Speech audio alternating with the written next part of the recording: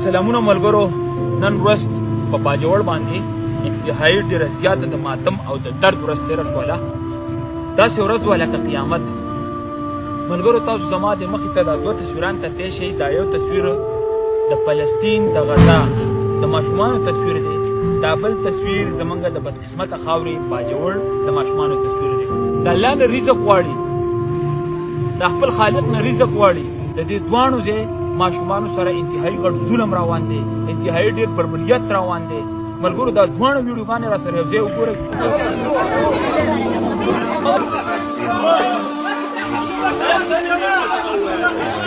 ملګرو، دا ویډیوګانې را سره تاسو وکتلې، دا د بل ځای ماشومان نه دي، دا دواړه ځای مسلمانان دي. غزا له به زموږ پاکستان امدادونه لېږل، نن زما ماشومانو هم لوښي په لاس کې نیولي دي او روټۍ غواړي او رزق غواړي. الله ته متوجه شئ او د الله نه وغواړئ چې یا الله په موږ خپل رحم وکړي او یا الله زموږ په باجوړ باندې او ټول مسلمانانو په ملکونو باندې امن راوستی کړي، خپل د رحم څادر پرې را خور کړي. ډېره مهرباني، مننه، شکریه.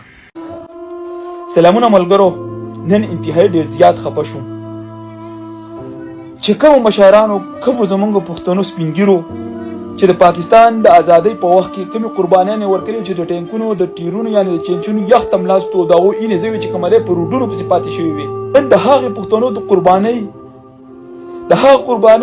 بدله موږ ته نن په څه راکلی کېږي چې سبا زموږ د ملک د ازادۍ ورځ د 14 اګست دی. په نورو ځایونو کې به په پنجاب او په یو ځای په بل ځای کې به چې کوم دی 14 اګست مناویږي، خلک به جنډې اوچتوي، قسمه قسم ګلان به خرلی کېږي، قسمه قسم خوشحالیانې به ادا کېږي. او سبا زموږ په باجوړ کې موږ به سره د تورو جنډو راوځو، د خپلو ماشومانو تپوسونه به موږ کوو چې ولې زموږ هغه ماشومان به دونه بېدردۍ سره مړه شو چې د کومو ماشومانو کولمې بار پرتې وي. هغه خورکۍ ولې زموږ داسې په بد رنګ باندې مړه شوه چې د هغې نیم جسم چې کومه دی په وجود پسې نه و. ولې زموږ پښتانه داسې تباه و برباد کېږي؟ موږ اخر ولې دونه ځورلی کېږو؟ ولې دونه ظلم زموږ سره روان دی؟